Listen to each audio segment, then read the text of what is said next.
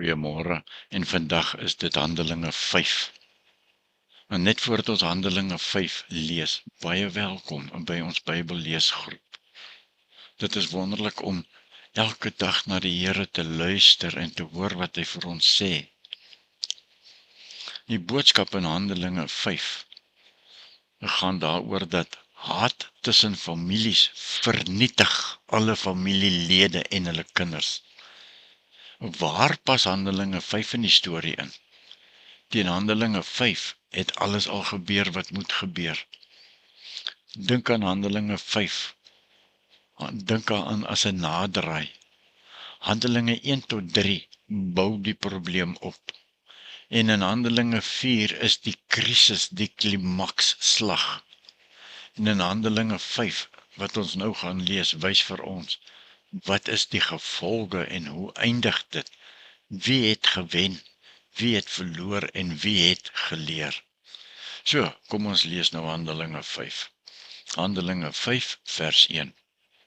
Ananias en Safira. Maar daar was ook 'n sekere man, Ananias, en sy vrou, Safira, wat 'n eiendom verkoop het. Met die medewete van sy vrou het hy van die verkoopsprys vir hulle self agtergehou en net 'n gedeelte daarvan gebring en vir die apostels gegee. Petrus sê toe vir hom, Ananias, hoekom het jy jou deur die Satan laat omhaal om vir die Heilige Gees te lieg en van die verkoopsprys van die grond vir jouself agter te hou? Die grond was mos joune, en toe dit verkoop is, kon jy met die geld gemaak het net wat jy wil. Wat het jou besiel om dit te doen? Jy het nie vir mense gelieg nie, maar vir God.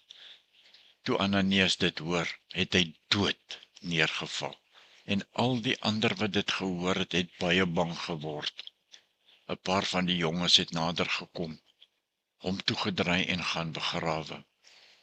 Omtrent 3 uur later het sy vrou daar aangekom, onbewus van wat gebeur het. Petrus vra toe vir haar, sê vir my, het julle die grond vir soveel verkoop? Ja, sê sy, vir soveel. Toe sê Petrus vir haar, waarom het julle ooreengekom om die gees van die Here uit te tart?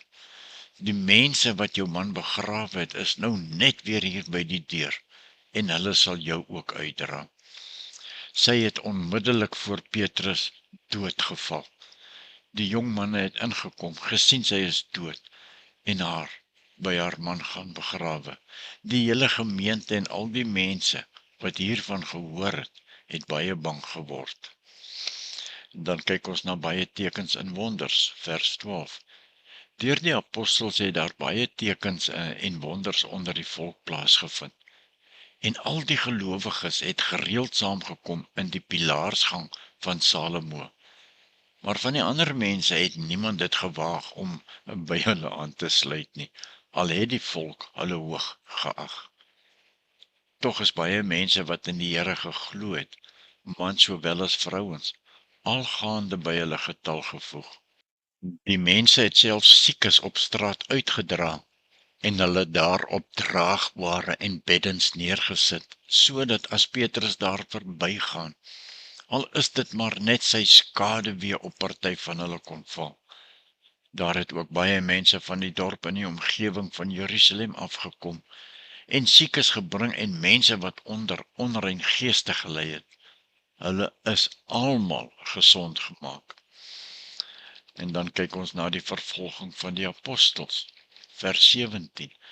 Die hoëpriester en al sy ondersteuners, wat aan die party van die Sadduseërs behoort het, is met afguns vervul en het besluit om in te gryp.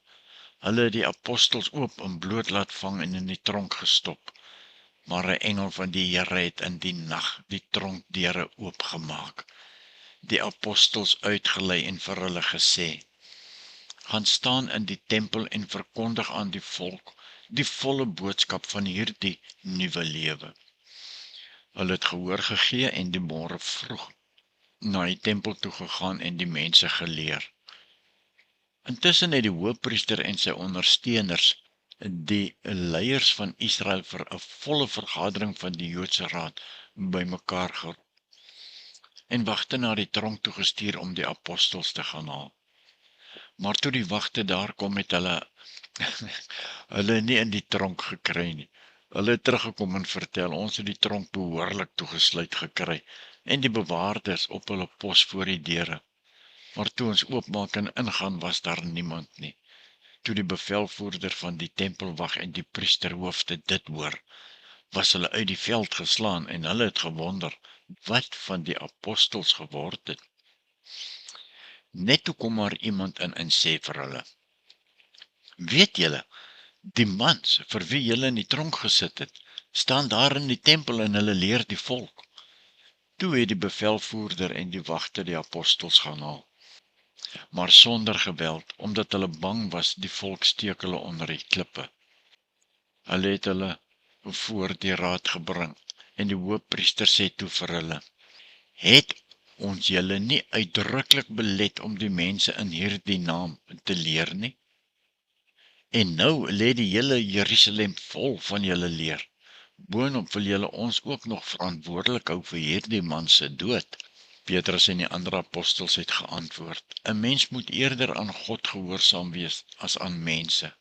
Die God van ons voorvaders het Jesus uit die dood opgewek, nadat julle hom vermoor het, deur hom aan 'n kruis te hang. God het hom verhoog tot leidsman en verlosser aan sy regterhand, sodat hy Israel tot bekering kan bring en hulle sondes kan vergewe. En ons is getuies hiervan. Ons en die Heilige Gees weet wat deur God gegee is aan die wat aan hom gehoorsaam is. Toe die raad dit hoor, was hulle woedend en hulle wou die apostels doodmaak. Een van die fariseërs in die raad, 'n man met die naam Gamaliel, wat as leermeester van die wet van Moses by die hele volk in hoë aansien was, het toe opgestaan en gevra dat die apostels 'n rukkie buitentoe gevat moet word. Daarna sê hy vir die raad, Israeliete, julle moet versigtig wees wat julle met hierdie mense gaan doen. 'n Tyd gelede was daar die geval van Theudas, wat in opstand gekom het en daarop aanspraak gemaak het dat hy iemand van betekenis is. Hy het 'n aanhang gekry van omtrent 400 man. Hy is doodgemaak en al sy volgelinge is verstrooi, en die opstand het op niks uitgeloop nie. Daarna was dit Judas die Galileër, wat in die tyd van die volkstelling in opstand gekom het, met 'n deel van die volk agter hom aan. Ook hy is om die lewe gebring, en al sy volgelinge is uitmekaar gejaag. Wat die huidige geval betref, my raad aan julle is, laat staan hierdie mense en laat hulle los. Want as wat hulle wil en wat hulle doen, mensewerk is, sal daar niks van kom nie. Maar as dit van God kom, sal julle hulle nie kan keer nie.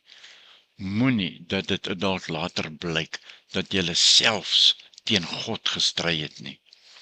Die raad het na hom geluister. Hulle het die apostels ingeroep. Hulle laat slaan en hulle belet om weer in die naam van Jesus te praat. Daarna het hulle losgelaat.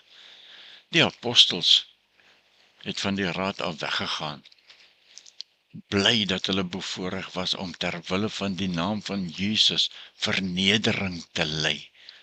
En hulle het nie opgehou om die mense elke dag in die tempel en in hulle huise te leer en die evangelie te verkondig dat Jesus die Christus is nie.